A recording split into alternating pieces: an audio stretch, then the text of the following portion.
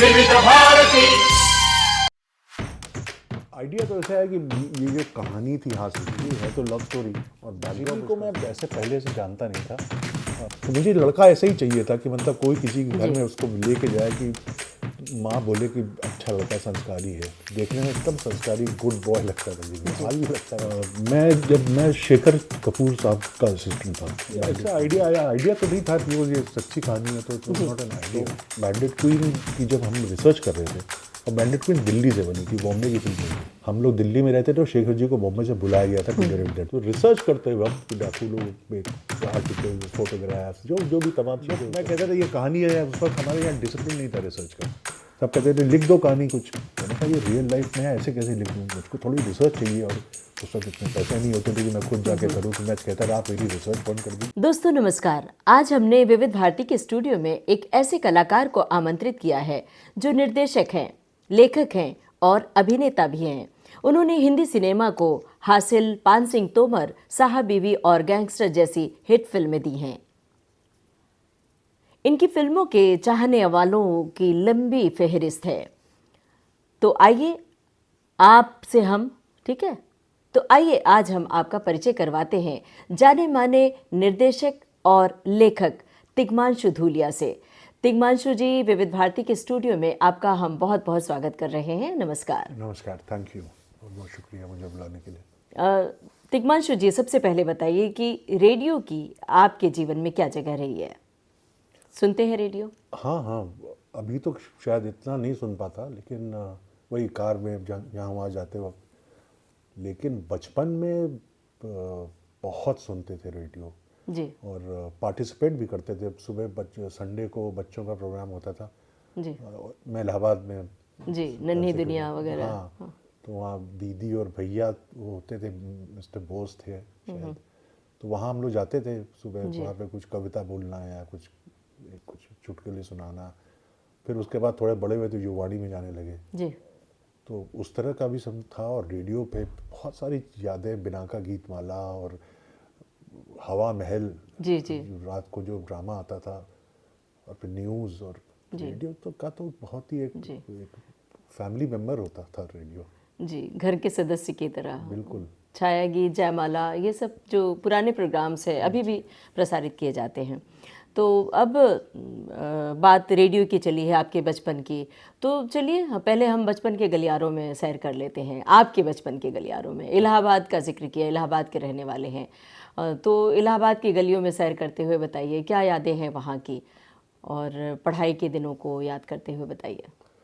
मतलब ज़िंदगी का सारे उतार चढ़ाव मैंने उसी शहर में देखे हैं, बिफोर बिकमिंग प्रोफेशनल। जी तो यानी कि हार भी देखी है, जीत भी देखी है, समझदारी जो भी थोड़ी बहुत है, वो सब कुछ उसी शहर की वजह से है।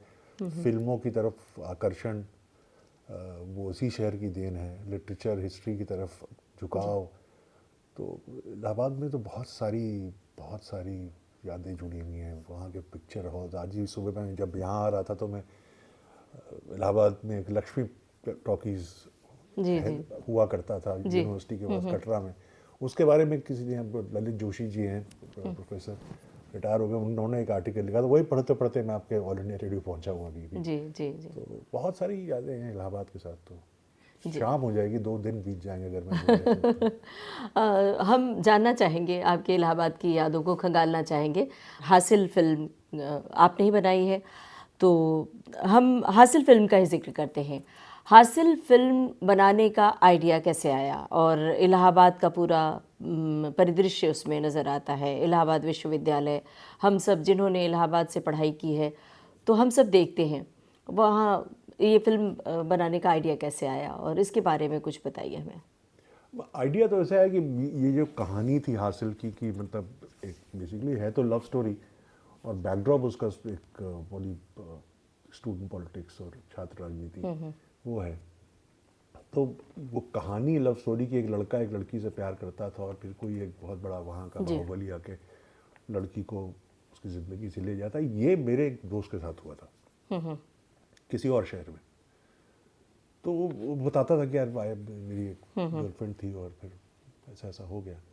मुझे लगता नहीं इसमें कहानी है, एक कहानी है। अगर लड़के को आर्टिस्ट बना दिया जाए, थिएटर से उसका लगाव है और मासूम प्यार एक छोटे शहर का और एक गैंगस्टर स्टूडेंट लीडर। जी तो मुझको लगा, मैंने इलाहाबाद यूनिवर्सिटी में, क्योंकि मैं जब स्टूडेंट था तो सक्रिय भी था, थोड़ा राजनीति में भी, थोड़ा कल्चरल एक्टिविज्म, थिएटर करता था, ये सब करता था, तो और बहुत इंटरेस्टिंग माहौल था वहाँ का। तो मुझको लगा कि मुझको इस बैकड्रॉप पे ये लव स्टोरी कहनी चाहिए, और जी। क्योंकि मैं उस माहौल से परिचित था तो मैं उसे इलाहाबाद में ही शूटिंग करते हैं, जी इसीलिए मैंने जी। पहली फिल्म अपनी वहाँ तो शूटिंग से जुड़ी हुई कोई यादगार घटना बताएंगे हमारे श्रोताओं को कि एक तो आपका शहर, जी। वहाँ पर फिल्म बना रहे हैं, वो तमाम लोग आपके चाहने वाले, आपके दोस्त मित्र, क्या यादें हैं? असल में हुआ ये कि जब मैं अपनी ये हासिल कि मैं बहुत एकदम बहुत ही एक्साइटेड बच्चे की तरह अपने शहर पहुंचा कि मैं बनाऊंगा यहाँ फिल्म, जी और मेरे कहने पे प्रोड्यूसर रेडी भी हो गए थे। इलाहाबाद ऐसा शहर भी नहीं था जहाँ पे रेगुलर फिल्म की शूटिंग्स हो, अब तो काफ़ी होने लगी है, जी उस वक्त तो बिल्कुल नहीं था। और तब तक मुझको भी कोई नहीं जानता था, जी। मैं तिग्मांशु धूलिया हुआ नहीं था तब। बिल्कुल। तो और वो ऐसा टाइम था जब आपके जो बचपन के दोस्त यार थे वो सब इलाहाबाद छोड़ के कहीं कोई नौकरी कर रहा था, कहीं कोई कहीं चला गया था। तो पहले तो मैंने शूटिंग कुंभ मेले में की, 2000 वाला जो जी, 2000 में आया था। तो क्योंकि मैंने अपना क्लाइमैक्स सोच लिया था कि मैं इसको कुंभ मेले में करूँगा। कुंभ मेला जा रहा था, मेरे पास प्रोड्यूसर नहीं था, किसी तरह दोस्तों से पैसे वैसे जुटाए, जी इरफान, जिमी, हर्षिता, इन सबको लोग लेके गया मैं वहाँ, बड़े बड़े शॉट्स ले लिए। उसके बाद वो शॉट्स देख करके मुझको प्रोड्यूसर मिला। अच्छा। मैं तैयार हो गया इलाहाबाद लाने के लिए। अब हुआ ये, क्योंकि यूनिवर्सिटी में था, मैंने ये तो पूरी परमिशन ले रखी थी वाइस चांसलर से, सबसे। उन्होंने एक दो प्रोफेसर्स को अपॉइंटमेंट कर दिया था कि ड्यूरिंग शूटिंग वो देखते रहे कोई चीज़ें टूटे ना, ये सब। तो पहले दिन मैंने वही साइंस फैकल्टी में विजयनगरम हॉल जो है हमारा, वहाँ पे किया। अब क्या है कि फिल्म में राम भी होता है, रावण भी होता है। जी बिल्कुल। तो पहले दिन मैंने रावण के साथ कर ली शूटिंग में, जो विलन था पिक्चर का, आशुतोष राणा। उसको देख के इलाहाबाद के कुछ लोग उखड़ गए। अच्छा। और दूसरे दिन जब मैं शूटिंग करने के लिए आर्ट्स फैकल्टी में एकदम इंग्लिश डिपार्टमेंट के सामने जो गेट है वहाँ पहुँचा, अपना पूरा यूनिट लेकर के, गाड़ियाँ और ट्रक और जनरेटर और सब, वहाँ पे पुलिस खड़ी थी। उन्होंने कहा आप अंदर नहीं जा सकते, और मुझे रोक दिया गया। फिर मैं इलाहाबाद यूनिवर्सिटी में शूटिंग नहीं कर पाया, लेकिन फिर यही था कि जी मैं भी इलाहाबादी था, जो लोग रोक रहे थे वो भी इलाहाबादी थे, दो तरह के इलाहाबादियों के बीच में टसल हुई और मैं जीत गया। मैं छुप छुप के इधर उधर जा करके, उनको मालूम नहीं था कि कैमरा होता क्या, मैं सामने हॉस्टल में चला गया, वहाँ से वाइट शॉट ले लेता था इलाहाबाद यूनिवर्सिटी। ईसीसी में गया, भाग भाग के शूटिंग की, एग्रीकल्चर इंस्टीट्यूट में परमिशन दी, वहाँ किया। तो मैंने कर दिखा दिया इलाहाबाद, और कर ली अपनी शूटिंग। और मतलब मुझे मैं बहुत मुश्किलों से गुजरा था उस वक्त। जी। तो और ये हासिल बनी तो बहुत कुछ हासिल हुआ आपको, नाम, शोहरत, और आपका नाम काफ़ी महत्वपूर्ण फिल्म साबित मतलब हुई। जो भी मैं हूँ उस वक्त, वो मुझे हासिल से ही हासिल हुआ है। जी जी। जिमी शेरगिल इसमें हीरो थे फिल्म हासिल में, जी। और आगे भी आपकी फिल्मों में रहे हैं, गैंगस्टर में भी रहे, साहबी भी और गैंगस्टर में। तो जिमी शेरगिल के बारे में कुछ बताएंगे, उनकी शूटिंग से जुड़ी? जिमी को मैं वैसे पहले से जानता नहीं था। हमारे दोस्त हैं शाद अली, जी जिन्होंने बंटी बबली और ये सब फिल्में बनाई हैं, वो मेरा दोस्त। तो वो जानता था जिमी को, और एक दो और दोस्त थे, समीर शर्मा, वो जिमी को जानते थे, बिकॉज जिमी मोहब्बतें कर रहा था, शुरू हो चुकी थी। ये था कि आदि चोपड़ा की नेक्स्ट फिल्म में जिमी है। और मुझे जिमी ठीक अच्छा देखने में एकदम करेक्ट लगता था, माचिस में देख चुका था। तो मुझे लड़का ऐसा ही चाहिए था कि मतलब कोई किसी के घर में उसको लेके जाए कि माँ बोले कि अच्छा लड़का, संस्कारी है, देखने में एकदम संस्कारी गुड बॉय लगता था जिमी। आज भी लगता है वैसा ही। तो मेरे लिए फर्स्ट चॉइस वही था, इसलिए जिमी। और जिमी का ये है कि जिमी है तो वैसे शेरगिल सरदार है, पंजाब का है, जी जी। लेकिन उसकी स्कूलिंग ऐसे पैदाइश गोरखपुर और लखनऊ में तो पढ़ा है। जी। तो अपनी अवधि या जो लोकल लैंग्वेज इलाहाबाद की जिस तरह की हिंदी बोली जाती है, जिस तरह से वो उसकी बहुत साफ है, जी। क्योंकि लखनऊ से और गोरखपुर से उसका, और एक्सेंट भी काफ़ी इलाहाबाद का उन्होंने पकड़ा, बिल्कुल इलाहाबादी स्टाइल में, जो लास्ट के अक्षर को खा जाना वो भी दिखाई पड़ता है। अब एक आपकी बहुत महत्वपूर्ण फिल्म पर आते हैं। हासिल भी बहुत महत्वपूर्ण फिल्म रही, वो एक फिल्म है पान सिंह तोमर, राष्ट्रीय पुरस्कार से पुरस्कृत है ये फिल्म, और इरफान को भी मिला था, राष्ट्रीय पुरस्कार से नवाजा गया था इरफान खान को। तो पान सिंह तोमर के बारे में बताइए, कहाँ से इसका आइडिया आया, कैसे इस फिल्म की संरचना कैसे हुई? इसकी ऐसा आइडिया तो नहीं था, बिकॉज ये सच्ची कहानी है तो it was not an idea. मैं शेखर कपूर साहब का असिस्टेंट था बैंडिट क्वीन में, तो बैंडिट क्वीन की जब हम रिसर्च कर रहे थे, और बैंडिट क्वीन दिल्ली से बनी थी, बॉम्बे की फिल्म नहीं थी। हम लोग दिल्ली में रहते थे और शेखर जी को बॉम्बे से बुलाया गया था टू डायरेक्ट दैट पिक्चर, तो उसका प्रोडक्शन ऑफिस दिल्ली था। तब तक मैं बॉम्बे आया भी नहीं था। तो रिसर्च करते वक्त कि डाकू लोग आर्टिकल्स, फोटोग्राफ्स, जो भी तमाम चीज़ें उस वक्त मिल सकती थी, ये 90 की बात बता रहा हूँ मैं आपको। 19, हाँ। तो उस वक्त एक संडे करके एक मैगजीन आती थी, जैसे आजकल इंडिया टुडे, आउटलुक आती है, वैसे आनंद बाजार पत्रिका की एक संडे थी, हिंदी में भी रविवार के नाम से आती थी। तो उसका एक इशू था जिसमें फूलन देवी का सरेंडर था, और कवर पे फूलन देवी थी ऐसे करके, और उसमें एक पेज का आर्टिकल था। अच्छा। कि एक एथलीट था, steeple chase runner, national champion, और फौजी था, और फिर वो बाद में बागई बन गया। तब भी मुझको लगा इसमें तो बहुत बढ़िया एक फिल्म का मटेरियल है, लेकिन वो फिल्म मैं बना नहीं पाया। It's not as my first film. मेरा तभी से था कि मैं इस पर फिल्म बनाऊंगा, और कई सालों तक वो संडे मैगजीन जो मेरे कभी घर शिफ्ट करते हुए खो जाती थी, मैंने 2-3 बार वहाँ के आर्काइव से मंगाई वो। इवेंचुअली फिर, क्योंकि लोग, मैं कहता था ये कहानी है, उस वक्त हमारे यहाँ डिसिप्लिन नहीं था रिसर्च का फिल्मों में। सब कहते थे लिख दो कहानी कुछ। मैंने कहा ये रियल लाइफ में है, ऐसे कैसे लिख दूँ, मुझको थोड़ी रिसर्च चाहिए, और उस वक्त इतने पैसे नहीं होते थे कि मैं खुद जाके करूँ। तो मैं कहता था आप मेरी रिसर्च फंड कर दीजिए, मैं स्क्रिप्ट लिखता। Nobody was ready at that time.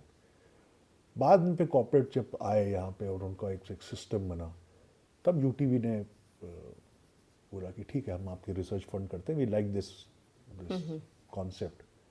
तो मैं संजय चौहान मेरे साथ में राइटर थे, हमारे बीच नहीं है आज, और हम दोनों फिर गए, रिसर्च की, स्क्रिप्ट लिखी, उनको अच्छी आई, तो फिर ये फिल्म बनी। जी। तो आपने भी इसमें, आपने भी लिखा है, संजय चौहान, दोनों ने मिलकर लिखी है ये फिल्म। तो दोनों के साथ क्या, किस तरह से कोऑर्डिनेशन, संजय चौहान आपके मित्र भी रहे हैं, तो उनके रिश्ते के बारे में बताइए, कैसे मित्रता रही आपके, उनसे जुड़ी हुई कोई ख़ास याद और लिखने से जुड़ी हुई कोई ख़ास बात बताइए हमारे श्रोताओं को।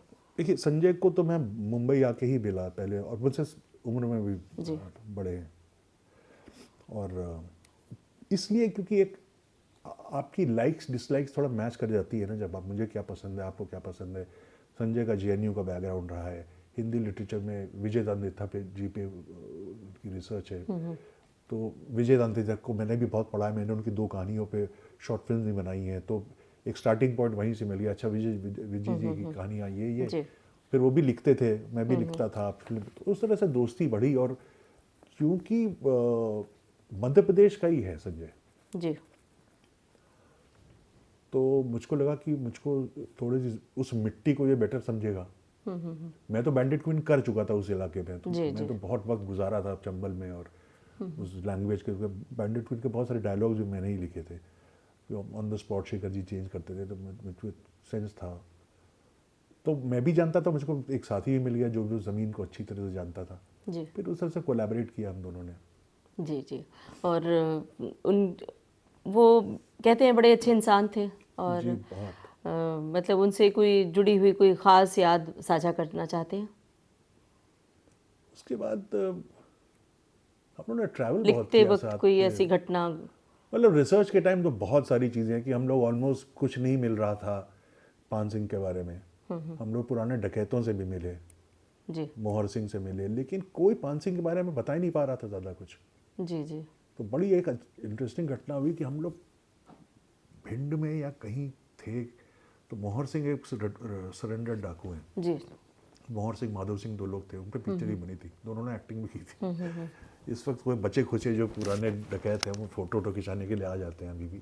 अच्छा। हाँ, तो उनसे मिले, तो जानता तो था वो सूबेदार पान सिंह के बारे में, लेकिन इंसिडेंट या ज़्यादा कुछ पता नहीं चल रहा था।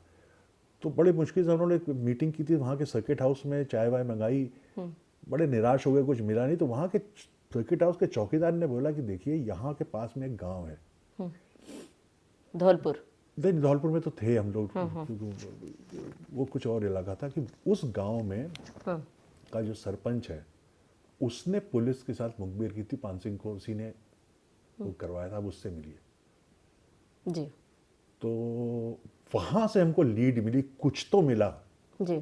फिर हम लोग वहाँ गए तो वो आदमी भाग गया हम लोग को सुन के। ओह।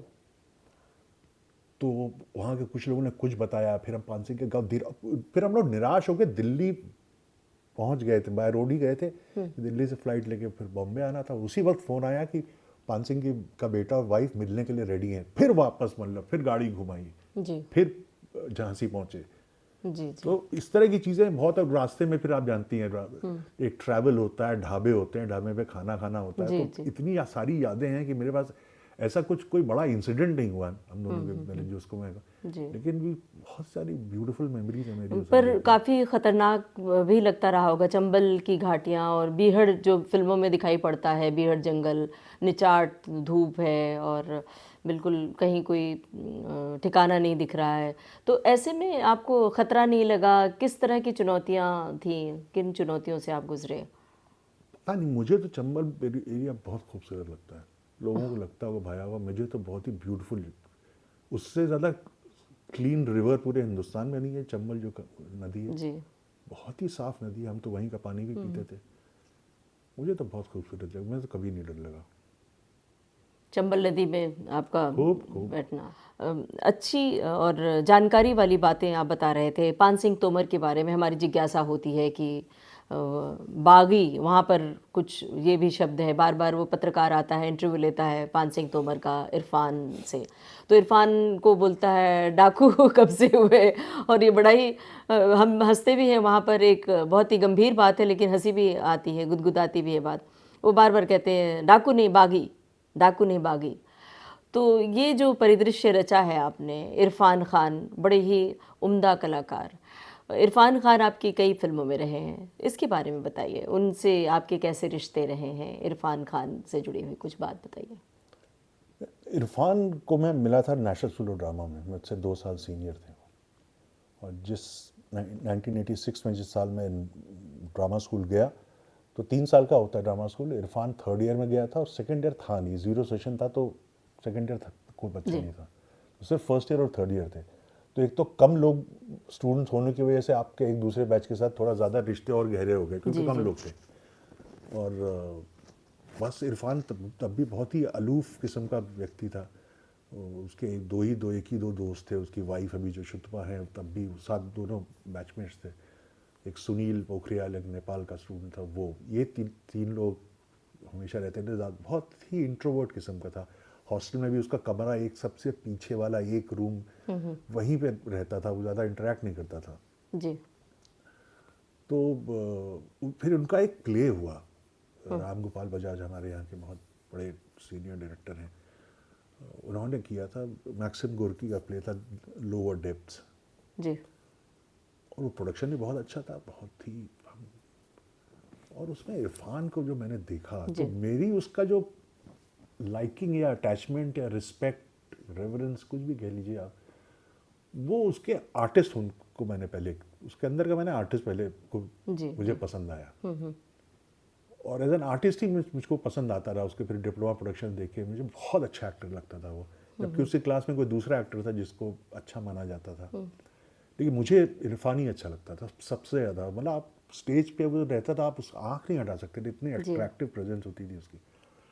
और फिर धीरे धीरे इंसान को जानने लगे, और फिर वो एक दोस्ती सी हो गई, फिर वो जल्दी तो पास आउट भी कर गए क्योंकि 3rd ईयर में थे।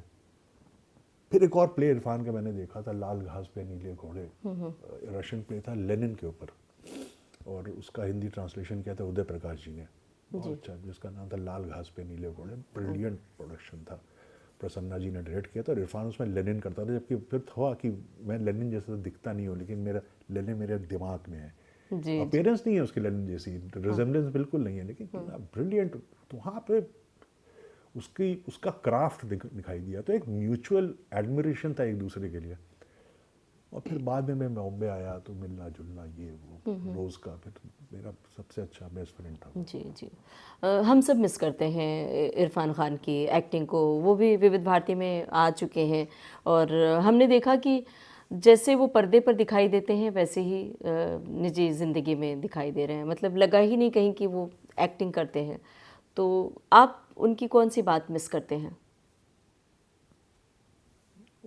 एक बात तो नहीं है क्योंकि मेरा वो दोस्त था, हम लोग सिर्फ हमारा एक फिल्मी जुड़ाव नहीं है। निजी तौर पर हाँ, हम लोग घूमते भी जाते थे साथ में, हम फैमिलीज भी एक दूसरे से आज भी बहुत अच्छे हैं। हम सबके बच्चे एक ऑलमोस्ट एक ही साथ पैदा हुए, एक आध क्या बात है। मतलब 1 महीने 1.5 महीने के जो भी 3-4 दोस्त हैं हम लोग। तो इरफान तो सारी बीवियाँ प्रेग्नेंट थी, सबको गाड़ी में उठा के घुमाता रहे, यही काम था क्योंकि उसी के पास कार थी तब। जी जी। बढ़िया। तो वो सारी अपनी वाइफ को, मेरी वाइफ को, एक दो और दोस्त हैं, सबकी सब अपना मोटा पेट लिए इधर उधर को खाने का शौक है सब। तो हमारा रिश्ता उस किस्म का था। जी, जी। मेरे लिए सिर्फ एक पान सिंह तोमर में जो दिख रहा है गुलाब जामुन भी खा रहे हैं और नॉनवेज भी खा रहे हैं, सचमुच खाने के शौकीन थे या पर्दे पर? हाँ, नहीं खाने का शौकीन था, जी बहुत नहीं खाता था लेकिन शौक था उसको अच्छा खाने का। जी। अब हम थोड़ा और पीछे की ओर लौटते हैं। तिग्मांशु जी, बैंडिट क्वीन का जिक्र भी किया, उसके बारे में बताइए। ऐसा कहा जाता है और हम जानते भी हैं कि कास्टिंग भी आपने की थी बैंडिट क्वीन में, जी। तो उसके बारे में कुछ हमारे श्रोताओं को बताइए। बैंडिट क्वीन क्या था कि इंडिया का प्रोडक्शन नहीं था जी वो, लंदन चैनल 4 का प्रोडक्शन था। उनके ही पैसे लगे हुए थे, वही उन्होंने प्रोड्यूस की थी, तो it was not an Indian film. बाद में एबीसीएल ने उसको इंडिया डिस्ट्रीब्यूशन के लिए ख़रीदा जब रिलीज़ हुई यहाँ पे, और तुरंत ही बैन लग गया उस पर। तो और फॉरेन प्रोडक्शन का थोड़ा डिसिप्लिन फ़र्क होता है। कास्टिंग डायरेक्टर का कोई सीन नहीं था तब पहले यहाँ पे, तो उसमें था, उनको चाहिए था, वहाँ पे होता है कास्टिंग डायरेक्टर। तो मैं क्योंकि एक्टरों को जानता था, नेशनल स्कूल ऑफ ड्रामा का खुद पास आउट था, इससे पहले मैं एक और चैनल 4 की पिक्चर अरुंधति रॉय प्रदीप किशन के साथ कर चुका था जहाँ पे मैंने कास्टिंग ही की थी। तो मैंने कहा ठीक है, मैं दिस इज़ माय जॉब। जी।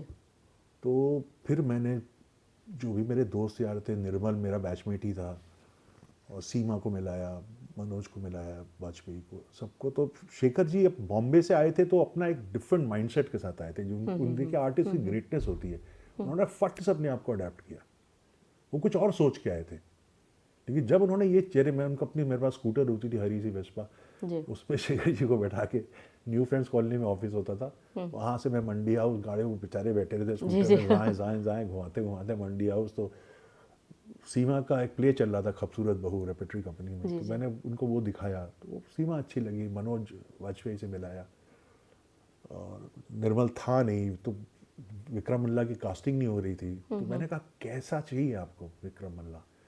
तो उन्होंने कहा कि जो ऐसा चाहिए कि स्क्रीन पे आते ही लोगों को लगे यार ये तो मर जाएगा, जी जी, इसको लगी गोली, ये बहुत ज़्यादा टाइम के लिए नहीं है, लंबा फेस हो, बड़े लंबे बाल हो। मैंने कहा सर मेरा एक दोस्त है, उसका नाम है निर्मल पांडे, मेरा बैचमेट है, लेकिन इस वक्त वो इंग्लैंड गया, वहाँ पे शोज़ कर रहा है, थिएटर कर रहा है। और तब तो तस्वीरें ऐसी होती नहीं थी, मोबाइल फ़ोन तो था नहीं, जी स्कूल में थे हम लोग, फोटोग्राफ भी एक आध ऐसी को क्ले की फोटोग्राफ से मेकअप रहता, समझ में नहीं आता। तो मैंने उनको एक फोटोग्राफ दिखाई, ये सब मैं और निर्मल सुबह सुबह उठे, हॉस्टल के बाद कंधे पे हाथ रख के, बड़े बड़े बाल, मतलब दाढ़ी बड़ी हल्की सी। मैंने कहा सर ये फोटोग्राफ इसमें है, तो उन्होंने कहा लग तो रहा है। जी जी जी। तो निर्मल को बुलाया गया फिर इंग्लैंड से, और फिर ऐसे कास्ट हुआ। जी तो इसी तरह से बहुत मैंने ग्वालियर से कास्टिंग की, जबलपुर से की कास्टिंग। उसके बाद जब बैंडिट क्वीन रिलीज़ हुई, आपको शायद पता नहीं होगा, मंडी हाउस जो है दिल्ली का, जहाँ पे दूरदर्शन है और नेशनल स्कूल ऑफ ड्रामा, सारे ऑडिटोरियम्स, कमानी, श्री राम सेंटर सब है, that used to be buzzing with activity. मतलब एक्टर्स हैं, डायरेक्टर्स हैं, चाय पी रही है, कहीं रिहर्सल चल रही है, मंडी हाउस खाली हो गया, सब बॉम्बे आ गए जी जी। बैंडिट क्वीन के बाद, और एकदम मंडी हाउस खाली हो गया। फिर नई पौध आई, फिर वो लोग होंगे अभी, लेकिन उस वक्त बैंडिट क्वीन ने तो पूरा दिल्ली, और जहाँ छोटे रोल भी कहीं कहीं लोगों ने किए, सब बॉम्बे आ गए। जी जी जी। और सडनली बॉम्बे में एक फेस बदल गया, नए गुड एक्टर्स जो आए, पहली खेप आई, वो बैंडिट क्वीन की खेप थी। क्या बात है। और उसमें आपने अपनी एक अलग पहचान बनाई। तो बात चल रही है एनएसडी की और नेशनल स्कूल ऑफ ड्रामा, तो यहाँ तक का सफ़र कैसे हुआ, मतलब एनएसडी में कौन लोग मिले, कौन से कलाकार आपको मिले, आपने जिक्र भी किया तो उनके नाम श्रोताओं को बताइए कि कैसे रिश्ते उनसे रहे और क्या कुछ उनके साथ आपने क्या कुछ शुरुआत की, सीखा, और जो सीखने का समय था वो। ड्रामा स्कूल से मैंने बहुत कुछ सीखा है। मैं मतलब एज ए फिल्म डायरेक्टर भी जो क्राफ्ट है वो भी मैंने ड्रामा स्कूल की वजह से सीखा। देखिए मेरा फिल्म का बैकग्राउंड नहीं है, मैं फिल्म इंस्टीट्यूट से नहीं हूँ, मैं national school of theatre institute से हूँ। और हालांकि ये बहुत गलत हुआ कि सरकार ने मुझको स्कॉलरशिप दी, थिएटर पढ़ाया और मैंने थिएटर नहीं किया, मैंने फिल्में की। तो इस बात का मैं शर्मिंदा हूँ, इस बात को लेके। लेकिन एक्टर्स को संभालना, एक्टर्स को डायरेक्ट करना, ये थिएटर की सेंस ऑफ ब्लॉकिंग, शॉट में कौन किधर से एंट्री करेगा, कौन जाके कुर्सी पे बैठेगा, फिर पैन होके कैमरा उधर से, ये जो ब्लॉक करते हैं आप अपने एक्टर्स को, वो थिएटर करने की वजह से सीखा मैंने। बिल्कुल जी। तो कुछ जो थिएटर किए हैं आपने, कुछ नाटक भी किए हैं, तो जी बहुत नाटक किए। उन नाटकों का जिक्र करेंगे जो इलाहाबाद में? देखिए शुरुआत इलाहाबाद से ही शुरू हुई। मतलब स्कूल में करते थे उसका, नाटक नहीं कहेंगे, जैसे सब होता है बच्चों का। उसके बाद लेकिन जब मैं 11th क्लास में आ गया तब मैं थोड़ा सीरियस हुआ। सीरियस यानी कि वैसे बस सीरियस नहीं हुआ, लेकिन तब मैंने थोड़ा सा सीरियस लोगों के साथ नाटक करना शुरू किया। यूनिवर्सिटी में एक था कैंपस थिएटर, सचिन तिवारी उसके डायरेक्टर थे, और पहला प्ले मैंने किया उनके साथ, उसका अंग्रेजी में था, उसका नाम था if Shakespeare was a gun. जी जी। और निखत काज़मी, अगर आपको याद हो, टाइम्स ऑफ इंडिया की फिल्म रिव्यूअर थी, इलाहाबाद की थी। वो उनके हस्बैंड फरीद काज़मी, आज हम दोनों ही हमारे बीच नहीं है, तो वो निखत ने लिखा हुआ था प्ले। वो मेरा पहला सीरियस प्ले था जी। तो उसके बाद इलाहाबाद में बहुत सारे नाटक सचिन दा के साथ किए। और अगर आपको बाबा कारंत जो कि रंगमंडल, भारत भवन रंगमंडल चलाते थे, बहुत बड़ा नाम थिएटर में, मतलब उनसे बड़ा नाम मुझे नहीं लगता कोई दूसरा होगा जी। तो उनके साथ सचिन दा के एक कोलैबोरेशन था। तो कभी कभी रंगमंडल वाले भोपाल से आते थे तो हमको समझ आता कि यार रियल अच्छा थिएटर हो क्या रहा है। एक्सपोजर मिला जिसने मुझे इंस्टिगेट किया कि यार तुम जाओ एनएसडी। तो मैं गया एनएसडी देखने कि एनएसडी होता क्या है। और तब इरफान का बैच सेकेंड ईयर में था और वो लोग प्ले कर रहे थे फ्यूजियामा। तो एनएसडी में एक दो लोग थे जो मैं इनको जानता था पहले, तो उन्होंने कहा आज आप प्ले दिखा दे, देख ले, समझ लेके आया। तो मैं देखा प्ले, पहली बार इस तरह से इंटीमेट थिएटर देखा कि हम यहाँ बैठे, एक्टर 3 फुट की दूरी पे है हमसे। तो पहली बार इस तरह का देखा, बहुत अच्छा प्ले था। और फिर मैंने देखा कि शो के बाद मतलब 9 बजे शो खत्म हुआ, हमारे तो रात हो जाती इलाहाबाद 9 बजे, वो लड़के लड़कियाँ घूम रहे हैं, चाय पी रहे हैं, डिस्कशन चल रहा है। मैंने कहा यहीं आना है, यही जगह है मेरे लिए जहाँ पे इस तरह का फ्रीडम है, कोई बुला नहीं रहा, घर कब पहुंच रहे हो, और देखो किस तरह से क्या बात है, लोग डिस्कस कर रहे हैं और सीरियस में प्ले हुआ है और कल क्या होगा, और सब आर्ट एंड कल्चर की बातें हो रही हैं, चाय की चुस्कियां ली जा रही हैं। मैंने कहा यही आना है। जी जी। तो उस फ्रीडम को समझ के मैं एनएसडी गया था। मुझे कोई थिएटर का प्यार इतना नहीं था। जी जी जी। अच्छा, वो माहौल से का प्यार था। अच्छा। और मैंने नेशनल स्कूल ऑफ ड्रामा से उसके माहौल से ही सीखा है। मैंने सबसे ज़्यादा वक्त एनएसडी में मैं लाइब्रेरी में गुजारता था, बहुत पढ़ता था मैं। जी। यहाँ पर मेरे जहन में एक बात आ रही है कि आप लगातार कह रहे हैं मैंने इसके बाद सीरियस एक्टिंग की, मतलब सीरियस हुआ, और आपके भाई जज हैं इलाहाबाद के जाने माने जज। तो ये जो फादर थे जज, फादर मेरे भाई सुप्रीम कोर्ट के जज हैं। अच्छा, ओके, पिताजी थे। तो तिग्मांशु जी, आपने बताया कि जो थिएटर में आज़ादी चाहिए थी वो आपके लिए खुली आज़ादी थी, घर में आने की रोक टोक नहीं। अक्सर होता है कि पिता खड़े होते हैं इंतज़ार में कि कब आओगे, डांट पड़ती है, फटकार होती है, और आपके पिता जाने माने जज इलाहाबाद। लेकिन वो बिल्कुल ऐसा नहीं। जब मैं एनएसडी गया तो मेरे फादर गुजर चुके थे जी। बट मेरे घर में उस तरह की वो नहीं थी, मतलब बहुत छूट थी, बहुत ही लिबरल माहौल था। फिल्में देखते थे, मदर फादर दोनों, मुझको भी लेके जाते थे, मेरे 2 बड़े भाई हैं। तो उस तरह का बहुत मैं बहुत खुश नसीब हूँ कि एक तो इलाहाबाद में पैदा हुआ, दूसरे ऐसे घर में मुझको पैदा हुआ जहाँ पे आर्ट कल्चर को लेके बहुत छूट और डिस्कशन। वो लोग खुद बहुत, मेरे दोनों बड़े भाई मुझसे ज़्यादा फिल्मों के बारे में जानते हैं। क्या बात है जी। और कोई डांट फटकार से जुड़ी हुई याद? मतलब उस तरह की डांट फटकार तो होती थी जो सभी घरों में, तो लेकिन ऐसा कोई बहुत स्ट्रिक्ट नहीं था कि क्या कर रहे हो, क्यों नहीं कर रहे हो, अभी ऐसा वो सब कभी नहीं था। तो बताइए हमारे श्रोताओं को, फिल्म दिल से एक आपकी महत्वपूर्ण फिल्म रही है। मेरे ख्याल से उसमें आप को राइटर रहे। डायलॉग्स। जी, तो उसके बारे में बताइए, कैसे जुड़े आप दिल से? दिल से जैसा मुझे लगता है कि बैंडिट क्वीन करने के बाद जब मैं बॉम्बे आ गया तो बैंडिट क्वीन का बहुत नाम हो गया। मतलब शेखर जी को सडनली लोग एक अलग नज़र से, वो मासूम मिस्टर इंडिया बना चुके थे जी लेकिन उसको एक अलग नज़र से देख रहे हैं, क्योंकि तो मणि सर भी, शेखर जी और राम गोपाल वर्मा, ये लोग भी दोस्त बने, सब एक दूसरे का काम। अब बैंडिट क्वीन, तो इन लोगों ने कंपनी बनाई बॉम्बे टॉकीज के नाम से, जी जिसमें पहली पिक्चर बनी दिल से। और शायद शेखर जी ने उनको रहा हुआ कि कोई राइटर, बिकॉज वो हिंदी में थी फिल्म, तो उनको चाह, हो सकता है शेखर जी ने रिकमेंड किया हो मेरा नाम। लेकिन मुझको इतना याद है कि जब एज ए डायलॉग राइटर बुलाया गया तो एक और बॉम्बे इंडस्ट्री के बहुत बड़े सीनियर डायलॉग राइटर, मैं नाम नहीं लूँगा, उनको भी बुलाया गया था। और हम दोनों को शायद एक ही सीन दिया गया था लिखने के लिए, इंटरवल का जो दिल से का सीन है, जिसमें शाहरुख उठता है, देखता है मनीषा जा चुकी है और रेत पे कुछ लिखा रहता है, मैं भूल रहा हूँ क्या। जी तो मैं तो होटल की सीढ़ी बैठ के लिख रहा था, बड़े राइटर साहब पता नहीं कहाँ थे, वो सीने बड़े डिस्पेक्ट, इज ए ग्रेट राइटर। अब दोनों का सीन देखा होगा और मुझे चुन लिया गया। जी तो मणिरत्नम की बहुत रिस्पेक्ट, आज भी मैं बहुत रिस्पेक्ट करता हूँ। मतलब मैं बहुत ज़्यादा फॉर्चुनेट हूँ कि मैं शेखर कपूर और मणिरत्नम के साथ मैंने काम जी किया। जी तो मैं, क्योंकि हिंदी कमज़ोर है मणि सर की, तो मैं शूटिंग के पहले दिन से ही जी सेट पे ही था और डबिंग तक पिक्चर की मैं था, बिकॉज डबिंग करवानी थी हिंदी में। अब मैं एज ए राइटर मैं बैठ नहीं सकता था ना कि मैं राइटर में कुर्सी दे दी ऐसे ही शाहरुख, मेरे अंदर मुझे लगता मैं अपने आप कितना लेजी थोड़ी हो। तो मैं इवेंचुअली उठ गया कुर्सी से, मैं मणि सर को असिस्ट करने लगा। जी क्या बात है। तो मैं ऑलमोस्ट, मैंने पिक्चर में असिस्ट किया मणि सर को। जो डायलॉग वो देते थे, मैं एक्चुअली अंग्रेजी में लिखते थे, मैं उसका सिर्फ हिंदी में ट्रांसलेट करता था, ये समझ के कि ये कैरेक्टर की जुबान इस तरह की होगी, इतना बोलेगा, ये वर्ड नहीं बोलेगा, ये बोलेगा। उतना भाषा का थोड़ा बहुत ज्ञान है, लेकिन अंग्रेजी में मणि सर लिखते थे जिसको मैं हिंदी में करता। तो मैं, ओरिजिनल राइटिंग नहीं है वो, ट्रांसक्रिएशन है आप कह सकते हैं। दिल से फिल्म के से जुड़ी हुई कोई ख़ास याद आप साझा करेंगे? मेरे ख्याल से गुलजार साहब का एक गाना है, गाना सुनकर आपने अपनी बेटी का नामकरण किया है, ऐसे कुछ कोई घटना है? आप बताइए हमारे श्रोताओं को।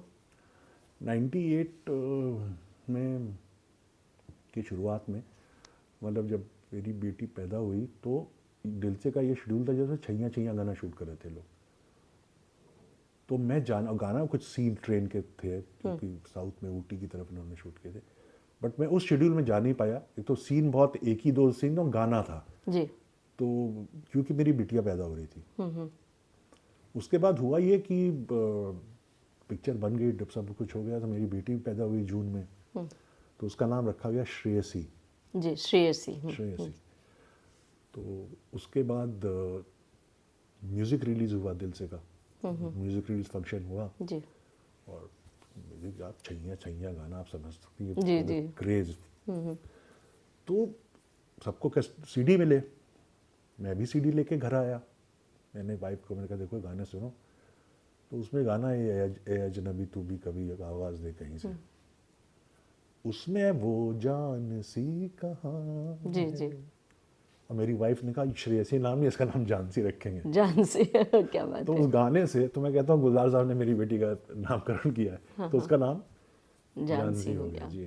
तो ऐसी तमाम यादें जुड़ी रहती हैं। तो क्या यहाँ पर अब तिग्मांशु जी, फिल्म दिल से का ये गाना हमने अपने श्रोताओं को सुनवाया और बहुत सारी बातें हैं आपके करियर की, आपने एक्टिंग भी की है। हम अपने श्रोताओं को याद दिला रहे हैं कि आप एक उम्दा अभिनेता भी हैं। जब हमने पर्दे पर आपको देखा तो हमें लगा कि एक अच्छे एक्टर भी हैं। लेकिन यहाँ हम आपकी बहुत ही महत्वपूर्ण फिल्म का जिक्र करना चाहेंगे, साहब बीबी और गैंगस्टर, जिसके 3 सीक्वल बने।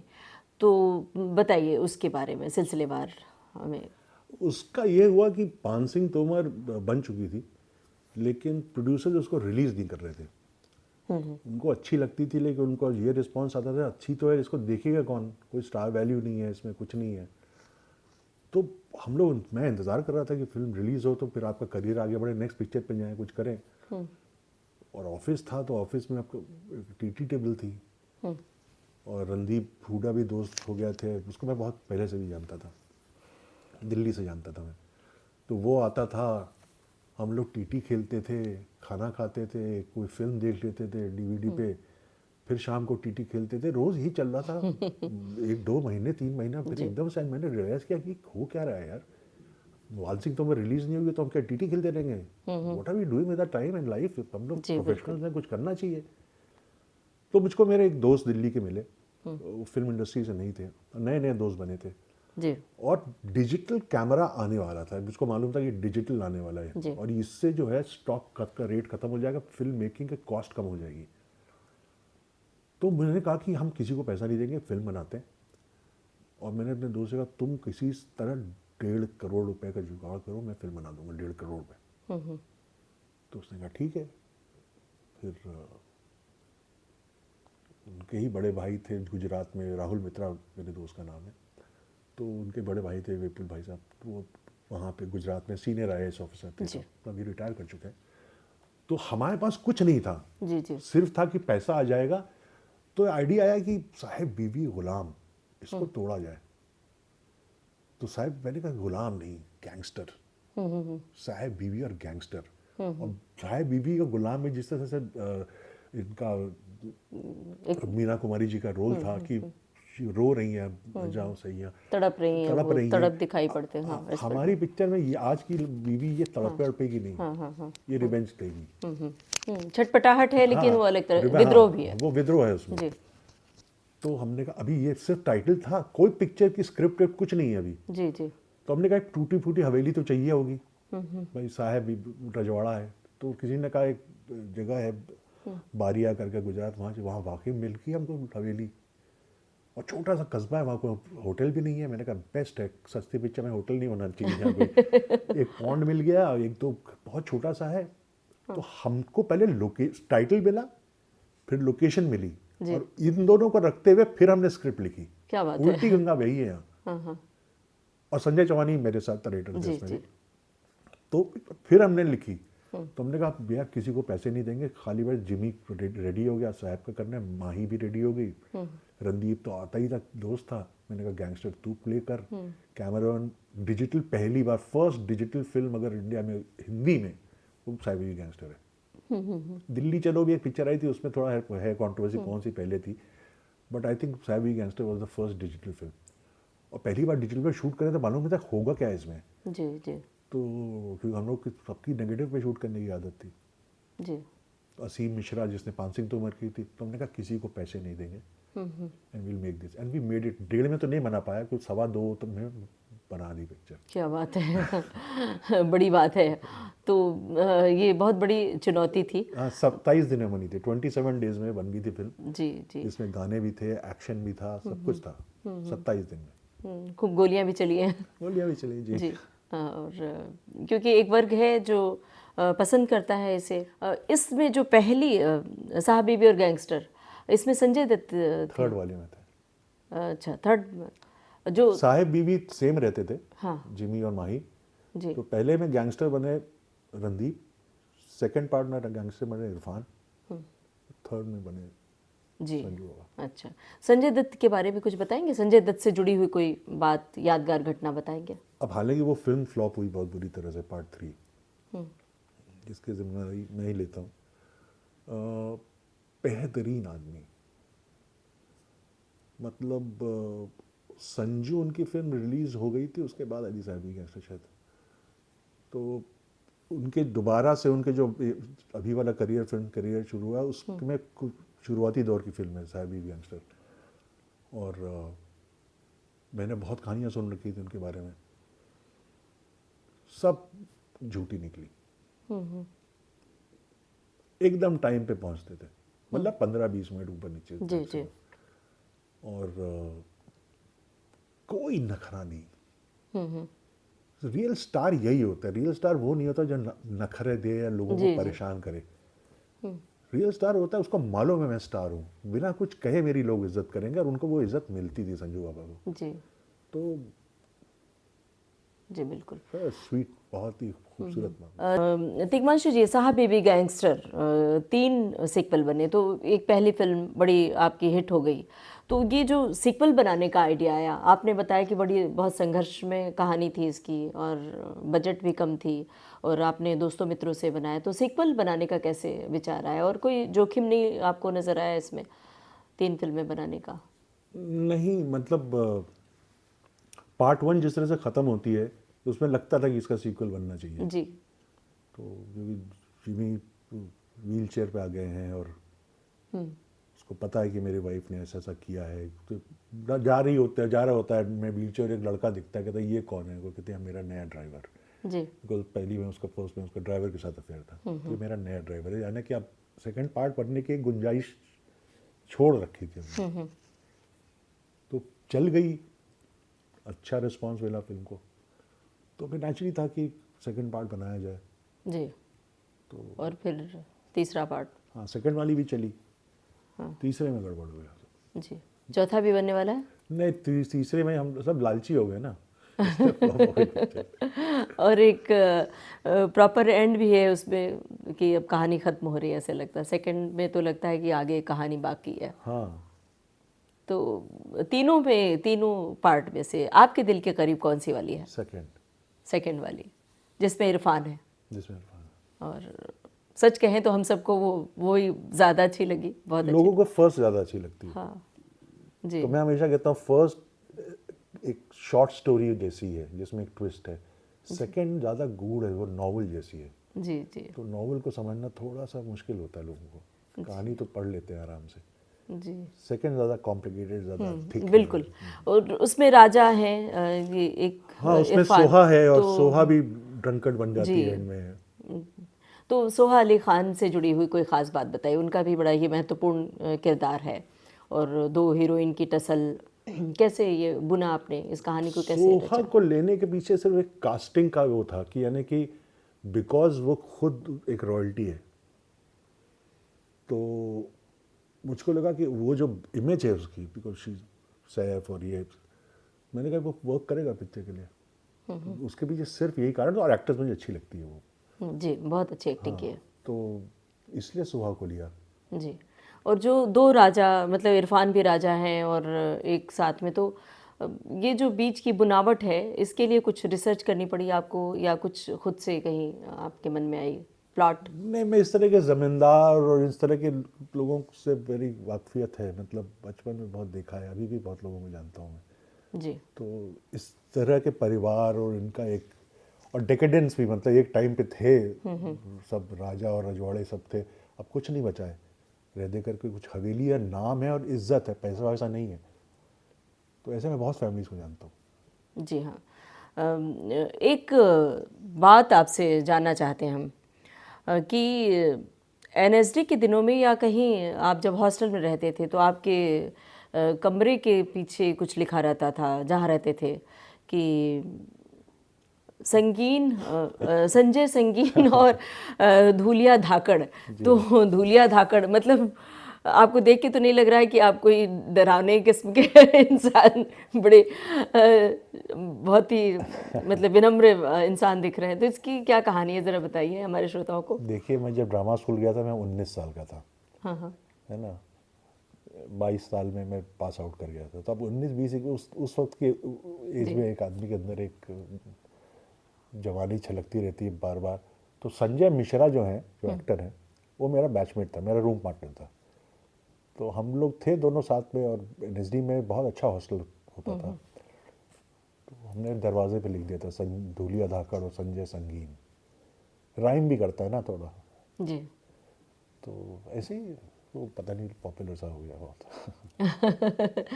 मतलब कोई लोग आपको तंग करने आते थे इस तरह से? नहीं, बता देने के लिए लोगों को सावधान रहो, हम लोग रहते हैं इसका।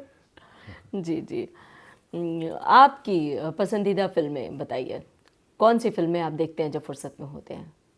लंबी फहरिस्त होगी, लेकिन कुछ फिल्में बताइए।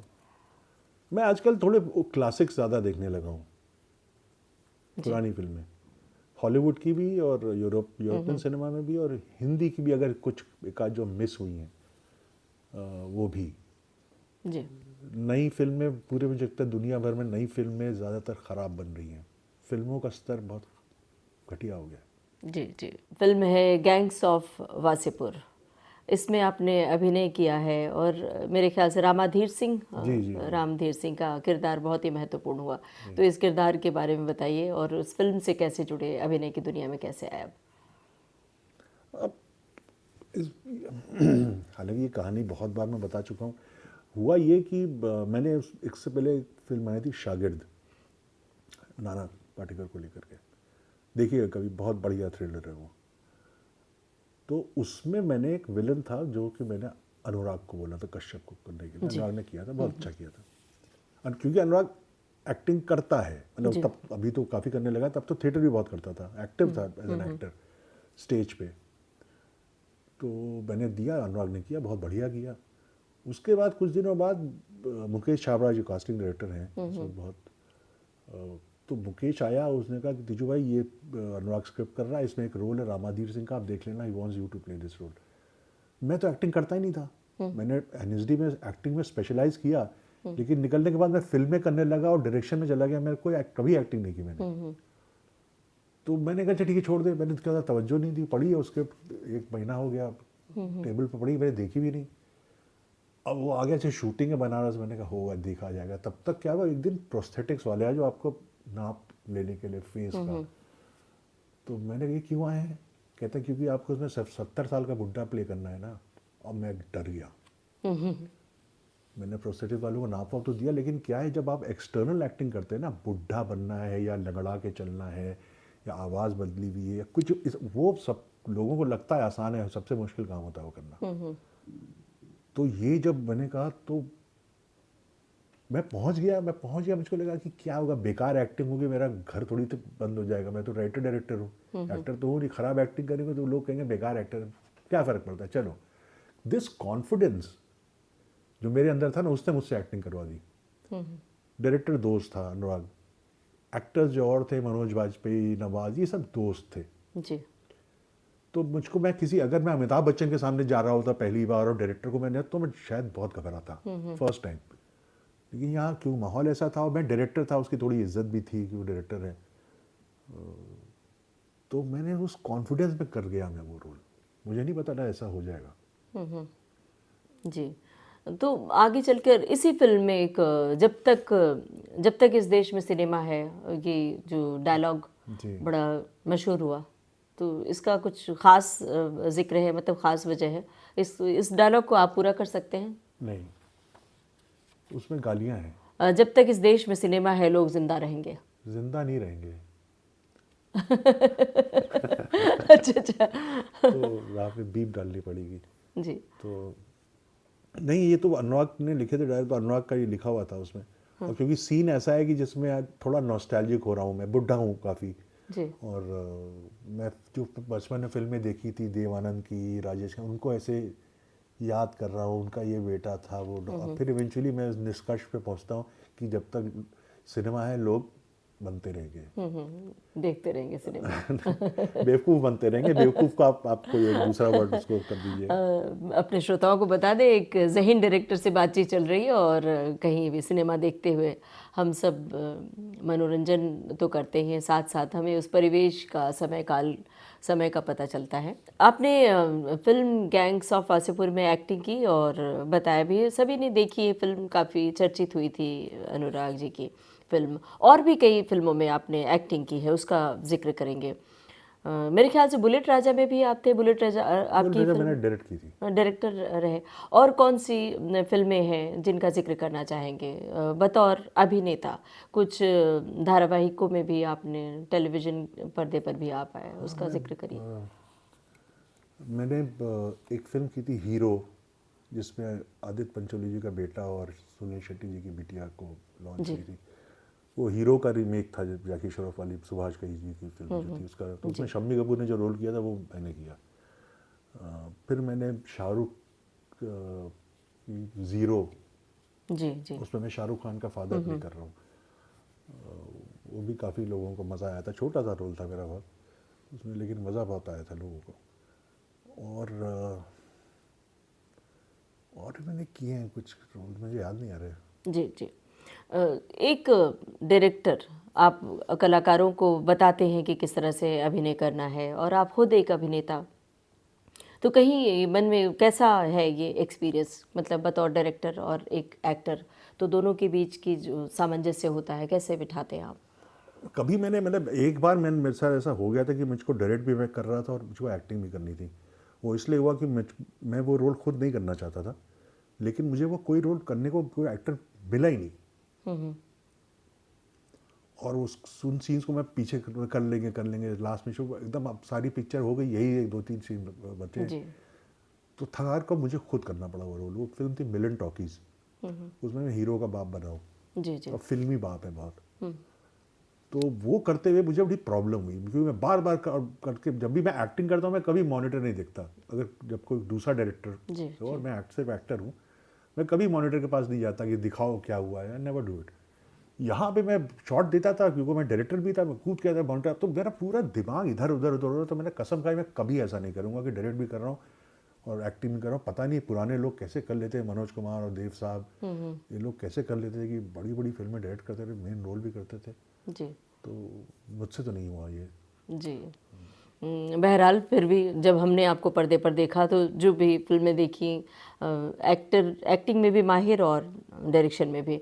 फिल्म बुलेट राजा का जिक्र कीजिए, एक अच्छी फिल्म लेकिन दर्शकों का उतना प्यार नहीं मिल पाया, इसके बारे में कुछ बताएंगे? कोई अफसोस रह गया आपको? मुझे लगता है कि हालांकि मुझे बहुत पसंद है फिल्म पर्सनली। जो ख़राब होती है, जैसे साहिबी गैंगस्टर पार्ट 3 में बोलता हूँ कि वो मेरी जी वर्स्ट फिल्म है, गलती की सारी मुझसे ही हुई सारी गलतियाँ। बुलेट राजा मुझे अच्छी लगती थी। मुझे लगता है कि हमने उसमें जो मेन विलन इवेंचुअली निकलते हैं राज बब्बर, उनको छोड़ दिया। उसका उनको भी ख़त्म करना चाहिए था। जी और शायद सैफ लोगों को कन्विंसिंग नहीं लगा। जी। मुझको तो यही दो कारण लगते हैं, मुझे समझ में नहीं आता क्यों नहीं। क्योंकि हालांकि सैटेलाइट में बहुत चली फिल्म हो और उसके गाने भी एक दो बहुत चले। तमंचे में डिस्को तो सुपर डुपर गाना था। जी। कई बार बतौर डायरेक्टर बताइए, कई बार फिल्में लगता है कि बहुत अच्छी फिल्म बनने जा रही है, बहुत हिट फिल्म होने जा रही है, कहानी भी सब अच्छी होती है, सब कुछ पटकथा डायलॉग, लेकिन वो हिट नहीं हो पाती है फिल्म। इसका क्या पैमाना होता है? फिल्मी दुनिया में आप हैं तो आपको अंदाज़ा होगा। ये सब स्क्रिप्ट अगर रॉन्ग होगी तो बुलेट राजा में यही हुआ। मतलब सैफ ने बहुत अच्छी कोशिश की, लेकिन जैसे उसमें एक सीन था जिसको मैंने काट दिया, मुझको नहीं काटना चाहिए था सीन।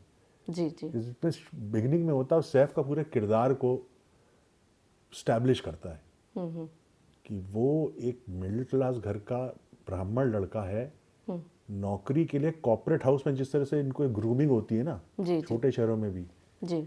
उस तरह की ग्रूमिंग का वो सीन था। और इसको प्रॉब्लम हो रही थी कि मैं तो जेन्युइन नहीं उतारूंगा, मैं तो ये नहीं करूंगा। कभी कभी वो कहते हैं ये नॉनवेज खाना पड़ेगा तो आपको, तो उस बहुत अच्छा सीन था। आई डोंट नो क्या मेरी मत मारेगी, तो मैंने उस सीन को हटा दिया, जिसकी वजह से कैरेक्टर सैफ का अच्छी तरह से स्टैब्लिश नहीं हो पा रहा। उससे भी ऐसा लग रहा था कि जो बंदा एक किसी मस्ती में जब देखो हाथ पैर चलाता रहता है। जी उसके जी पीछे कारण था, वो कारण मैंने काट दिया। पता नहीं जी लेंथ हो रही थी क्या हो रही थी। जब बुरा टाइम आता तो वही ना, विनाश काले विपरीत बुद्धि, वही जी हुआ। जी। क्या बात है, अपनी फिल्म की समीक्षा आप खुद कर रहे हैं, मतलब आपको खुद महसूस हो रहा है, तो ये बहुत बड़ी बात है। अपने फिल्म के बारे में, अपनी फिल्म की ही खामियां ढूंढ पाना, ये मुश्किल बात है। और बहरहाल अब हम एक ऐसे पड़ाव पर चलते हैं जहां आपकी समीक्षक साथ होंगी और आपकी जीवन संगिनी भी हैं, तुलिका जी। उनके बारे में बताइए, कैसे मिली आपको तुलिका जी, कहाँ मिली? इलाहाबाद में मिली, मेरे मोहल्ले में। तो उनका घर मेरे घर के एकदम सामने था। बहुत ही क्लीशे लव स्टोरी है, इसमें कोई वो कुछ नयापन नहीं है। जी तो बहुत ही घर के सामने, हम लोग छोटे थे तब, और हमारे घर के बीच में पार्क था, पार्क के सामने उनका घर था ग्राउंड फ्लोर में, इधर मेरे फर्स्ट फ्लोर पे था। तो एकदम एक दिखता था सब एक दूसरे का घर। और सुबह में हो जाता है इश्क, और हो गया इश्क, और अभी तक हम दोनों हैं साथ। जी। एक बेटी है हमारे पास। तो तब क्या फिल्मी दुनिया में आप कदम रख चुके थे? नहीं नहीं नहीं, पहले की बात है। 7th 8th क्लास की बात बता रहा हूँ मैं आपको। अच्छा, तब से तो एक साल मुझसे जूनियर है वो। अच्छा, क्या बात। हाँ, वो बहुत बचपन में ही हम लोग बिगड़ गए थे। तो इतना लंबा सफ़र, मतलब शादी हुई और घर वालों की रजामंदी से? शुरू में तो नहीं हुई रजामंदी से, शुरू में तो नहीं हुई, बट फिर हो गए सब बाद में सब ठीक हो गया। जी, तो आपकी फिल्मों को देखती हैं? तो कैसी समीक्षा उनकी कैसी होती, तारीफ करती हैं, बुराई करती हैं? शायद जब अच्छी नहीं लगती तो चुप हो जाती, बोलती नहीं। अच्छा मतलब उनकी चुप्पी का मतलब हाँ, अच्छी नहीं है। अच्छी नहीं है। जी। घर में आप फिल्मी दुनिया में डायरेक्टर हैं और घर में तुलिका जी हैं, तो घर में किसका निर्देशन चलता है, उनका, तुलिका जी का, या आपका? उसका ही चलता है, उन्हीं का चलता है। कुछ मामलों में मेरा ही चलता है, लेकिन उसका ही चलता है। घर वही संभालती है। जी। घर के जो लॉजिस्टिक्स हैं, कौन सी चीज़ की कमी है, क्या चीज़ आनी है, क्या होना है, क्या नहीं होना है, किसको, वो उनके साथ का कोई, उनके साथ की कोई यादगार घटना श्रोताओं से साझा करिए, कोई ख़ास बात, एक दाम्पत्य जीवन की कोई अच्छी बात या बुरी बात। कौन सी बात उनकी नहीं पसंद आती, उनको आपकी कौन सी बात नहीं पसंद आती है, ऐसी कुछ बात? ऐसी तो बहुत सारी बातें जो मुझे उसकी पसंद नहीं आती, उसकी मुझे नहीं पसंद आती। लेकिन फिर आप बाद में, क्योंकि इतने साल हो गए शादी को, फिर शादी में आप दोस्त हो जाते हैं। आपको अगर इस रिश्ते को समझ जाए ना आदमी अच्छे से, हस्बैंड वाइफ के, तो बाकी रिश्ते भी बहुत आसानी से समझ में आने लगते हैं। आपको जज नहीं करना चाहिए। इतना जजमेंटल जो हम लोग हो जाते हैं ना, हम चाहते हैं हम जैसा सोच रहे हैं वैसे ही दूसरा आदमी भी वैसे ही सोचे, वैसे ही करे। इस बात को समझने में बहुत उम्र निकल जाती है जी। तो अगर ये पहले समझ में आ जाए कि हर आदमी एक जैसा नहीं होता, आपको दूसरे को जैसा है वैसा ही एक्सेप्ट करना पड़ेगा।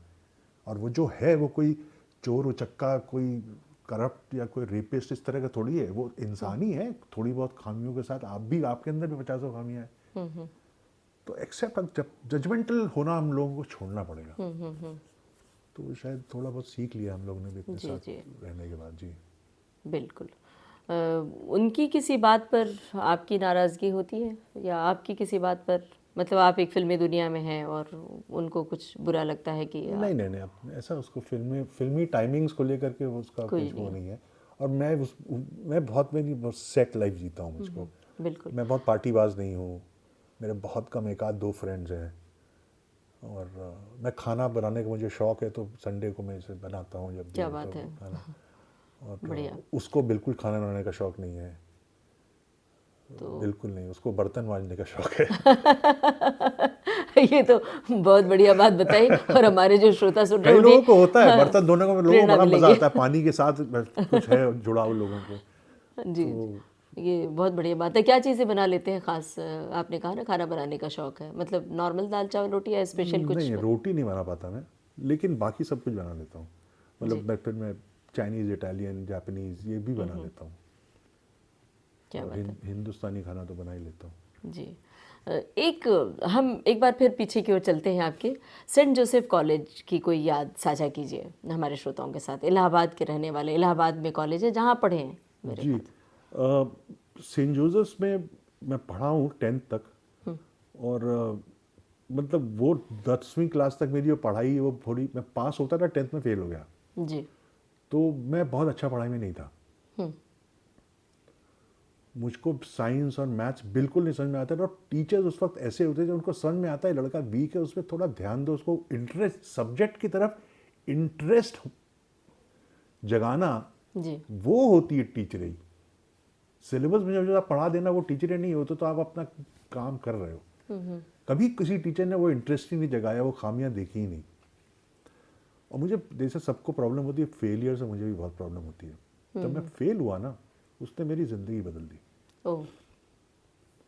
तो हम छुट्टियों में उस वक्त, कि हम लोग का जो कनेक्शन है वो उत्तराखंड से है। उत्तराखंड तो तब उत्तर प्रदेश का ही पार्ट था, अभी 2000 में बना है। तो हम लोग छुट्टियों में या तो ननिहाल या ददियाल, 2 जगह जाते थे, दोनों जगह। गर्मी देहरादून या कोटद्वार। देहरादून मेरा ननिहाल है। तो फेल होने के बाद हम लोग, छुट्टियाँ होती हैं सभी को, हम शायद फेलियर हो, पास हो, छुट्टी तो सभी को मिलती है। तो हम भी देहरादून गए। हाँ। अब वहाँ पे मैं बड़ा सर झुकाए, रिश्तेदार बोल रहे थे इधर move। तो वहाँ पे पता है कि एक स्कूल है, कॉलेज है, आइडियल कॉलेज नाम था उसका, जहाँ पे पंजाब बोर्ड है। और पंजाब बोर्ड में कहते हैं 6-6 महीने पे 2 सेशन साल में 2 होते हैं। जी जी। तो उनके प्रिंसिपल मेरे फादर को जानते हैं, उन्होंने कहा आप बच्चे को भेज दीजिए, 6 महीने में इसका 10th यहाँ से करवा दूंगा। तो मैं चला गया, फिर छुट्टी आज खत्म हो गई थी, मदर फादर भी चला गया, मैं नाना नानी जी के साथ रहने लगा। यहाँ मैंने फिर बहुत पढ़ा और बहुत पिक्चरें देखी, ओ दोनों काम किए मैंने खूब। और बाद में पता चला कि जो कॉलेज था वो एक्चुअली फेलियरों का कॉलेज था। कोई वहाँ पे 1 साल 2 साल से पास नहीं हुआ। मतलब मतलब थाईलैंड इंडोनेशिया के फेलियर भी वहाँ पढ़ने आते थे। सख्ती इतनी ज्यादा रही होगी। लेकिन पता नहीं क्या हुआ, वहाँ पे गुरुमुखी मुझे सीखनी पड़ी। हाँ हाँ 10th क्लास की जो हिंदी होती है वो आसान हिंदी नहीं होती, अगर जी, आपको यूपी बोर्ड का बिल्कुल, याद हो। 10th क्लास की मुश्किल हिंदी होती थी और गुरुमुखी थी। और हम इलाहाबाद में पंजाबी वैसे ही बहुत कम है, गुरुमुखी तो कोई पंजाबी बोलते हुए नहीं सुना किसी को। मुझे गुरुमुखी सीखनी पड़ी। मैथ्स भी उनके डिफरेंट थी, लेकिन मैं शायद पहला स्टूडेंट होऊंगा वहाँ का जिसने 6 महीने में विद वेरी गुड 59%, 58-59% पास कर लिया मैंने। और फिर मैं 11th क्लास में भी 6 महीने में पास कर दिया। एंग्लो बंगाली इंटर कॉलेज में मैंने एडमिशन लिया, आर्ट्स लिया। 11th वहाँ का 6 महीना बीत चुका था।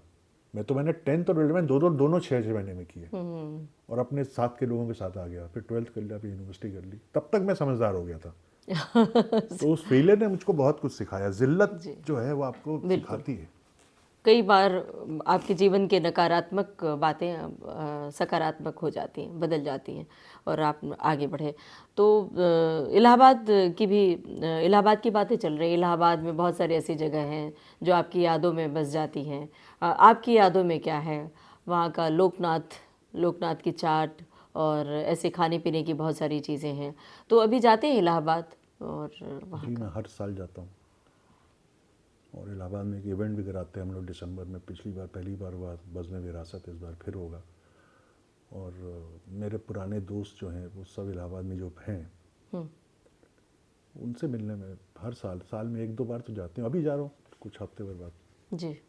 और मुझे सबसे ज़्यादा याद इलाहाबाद के अपने दोस्तों की है, जो उनके साथ जो की हुई मस्तियों की है। और इलाहाबाद के पिक्चर हॉल मुझे बहुत याद आते हैं। जी, अभी भी बहुत सारे सिनेमा हॉल पुराने अभी भी ये शेष। सब बंद हो गया। अभी मैंने सुना है पुराना चंद्रलोक करके था, उसको वो रेनोवेट हुआ है।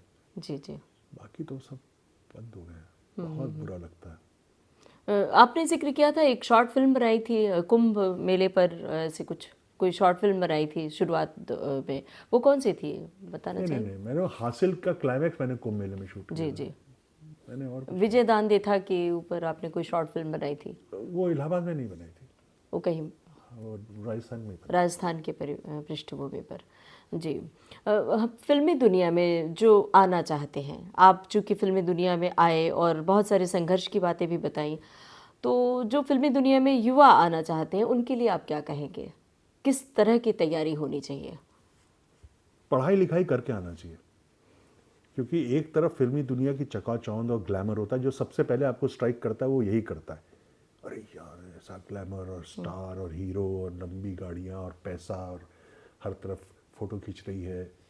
आपको सबसे पहले यही चीज़ अट्रैक्ट करती है। बट वो तो कुछ बन जाने के बाद होता है। उसको जूझने के लिए, और अगर वो नहीं मिला और आपको थोड़ा हार का सामना करना पड़ा, तो उससे आप कैसे जूझेंगे? उसको लिए सिर्फ आपकी पढ़ाई और आपका विवेक ही आपका साथ दे सकता है। जी तो बिल्कुल। बहुत कम उम्र में नहीं आना चाहिए। जी सही बात। थोड़ी पढ़ाई लिखाई करके आनी चाहिए। आपको सही गलत का एक मापदंड सेट होना चाहिए, तब आना चाहिए। फिल्म इंडस्ट्री में बहुत इनसिक्योर इंडस्ट्री है, बहुत ही ज़्यादा। और आपको हर वक्त एंटिसिपेशन में जीना पड़ता है कि ऐसा कल उसको फ़ोन करूँ, उठाएगा नहीं उठाएगा, हर चीज़ होगा कि नहीं होगा। यही लाइफ है फिल्म इंडस्ट्री की। और अपनी प्रतिभा का आकलन। हाँ, यहाँ पे कहते हैं ना, यहाँ पे पहला लाख कमाना बहुत मुश्किल है। करोड़ तो कमा लेता आदमी, पहला लाख कमाना बहुत मुश्किल है यहाँ, बहुत मुश्किल है। जी जी। और अपने आने वाले प्रोजेक्ट के बारे में बताइए। कोई नई फिल्म बना रहे हैं आप? जी, मेरी अभी एक फिल्म मैंने तैयार की है, उसको रिलीज़ होनी चाहिए इस साल। उसका नाम है घमासान। उसमें अरशद वारसी और प्रतीक गांधी हैं, राजपाल यादव है। मामी में प्रीमियर हुई थी इस बार, बहुत अच्छा रिस्पॉन्स है फिल्म का, बहुत बढ़िया। और फिर मेरा एक ड्रीम प्रोजेक्ट है, मैं के आसिफ साहब की बायोपिक बनाना चाहता हूँ, क्या बात है। जिन्होंने मुगल आज़म बनाई थी। तो उनकी उनकी ज़िंदगी पर उनके लिए इनकी फिल्म बनाना चाहता हूँ। तो उसकी राइटिंग चल रही है, आधे से ज़्यादा काफ़ी हो गई है। जी, इंतज़ार रहेगा हम सबको, और बहुत सारी शुभकामनाएं इस बात के लिए। आपकी बेटी हैं, और आपकी बेटी भी क्या फिल्मों में आना चाहती हैं या? हाँ हाँ, वो उसने कोर्स किया है बाकायदा 4 साल का फिल्म मेकिंग का, और मुझको असिस्ट करती है वो। जी, बिटिया छोटी थी तो कोई आप भी सुलाते हुए लोरी गाते थे, कोई बचपन की उसकी याद साझा करेंगे? नहीं नहीं, उसको तो सिर्फ लायन किंग फिल्म पसंद थी, बिना उसको देखे वो खाना नहीं खाती थी। तो मुझे लगता है उससे ज़्यादा लायन किंग मुझे नहीं लगता किसी बच्चे ने देखी होगी। देखती है आपकी फिल्में वो? जी हाँ, देखती है बिल्कुल। रिएक्शन अब तो बड़ी हो गई होगी, तो हाँ, रिएक्शन किस तरह का रिएक्शन होता है? एक समझदार फिल्म स्टूडेंट का जैसा होना चाहिए। अब वो क्योंकि मुंबई में पैदा हुई है, जी तो मैं चाहता हूँ कि और बाहर बाकी का हिंदुस्तान भी वो समझे। जी तो वो कोशिश करती है, जैसे मेरे साथ इलाहाबाद गई थी, वो विरासत में काफ़ी सक्रिय रही, उसको अच्छा भी लगा बहुत। तो इस तरह का एक्सपोजर, अब लोग ये लोग फॉरेन कंट्रीज से घूम लेते हैं, हिंदुस्तान नहीं घूमते, बिल्कुल। तो वो घूमना बहुत ज़रूरी है। तिग्मांशु जी, एक डायरेक्टर को फिल्म बनाने के लिए आपने पढ़ाई का कहा कि पढ़ कर आए, पढ़ना बहुत पड़ता है। आप खुद भी पढ़ते हैं, कितना पढ़ते हैं ये हमें पता है, लेकिन क्या पढ़ते हैं, कौन सी किताबें ज़्यादातर पढ़ते हैं? मैं किन हिस्ट्री, लेखकों को पढ़ा? पॉलिटिक्स, जियो पॉलिटिक्स, बायोग्राफीज, नॉवल और फिक्शन में नहीं पढ़ता। मतलब नहीं पढ़नी पड़े तो, अगर किसी प्रोजेक्ट के लिए कुछ है पढ़ना पड़े तो पढ़ता हूँ, नहीं तो मैं नॉन फिक्शन ज़्यादा पढ़ता हूँ। जी, कोई साहित्यिक उपन्यास या साहित्यिक कहानी आपके जहन में है जो? कोई बोलता है कि ये कहानी अच्छी है, आजकल नई कहानी, हालांकि मैं लेता साहित्य अकादमी का पूरा मेरे पास आता है, हंस मेरे पास आती है, अरे वाह। तो ये सब तो आती है। मैं पन्ने पलट लेता हूँ, कुछ कहीं से कुछ कविता थोड़ा सा देख लिया, फिर मैं असिस्टेंट को दे देता हूँ, यार तुम लोग पढ़ो, कुछ अच्छा लगे तो बताना। जी जी तो इस वक्त तो मेरा यही स्थिति है। जी, बहुत अच्छी बात है कि हंस जैसी मैगज़ीन आती है। आजकल साहित्यिक पत्रिकाएं लोग पढ़ना कम कर रहे हैं, लेकिन हम सबका, चूँकि हम सब इसी एक दुनिया से हैं, तो लगता है कि हाँ, ये प्यार बना रहे लोगों के बीच पढ़ना। चलते चलते हमारे तमाम श्रोताओं से क्या कहेंगे? ये प्रोग्राम, विविध भारती का प्रोग्राम देश भर में सुना जाता है और देश से बाहर दुनिया में सुना जाता है, बिल्कुल तो बिल्कुल। क्या कहेंगे?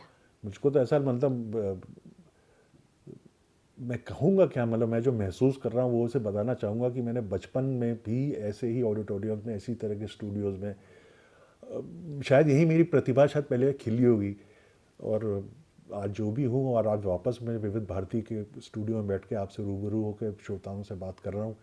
मुझे लगता है मेरी जर्नी कहीं एक मुकाम पर पहुँच गई है। क्या बात है।